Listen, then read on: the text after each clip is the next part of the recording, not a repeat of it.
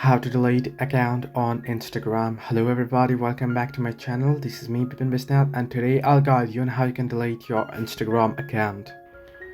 Simply first open up your Instagram and make sure you're logged into your account.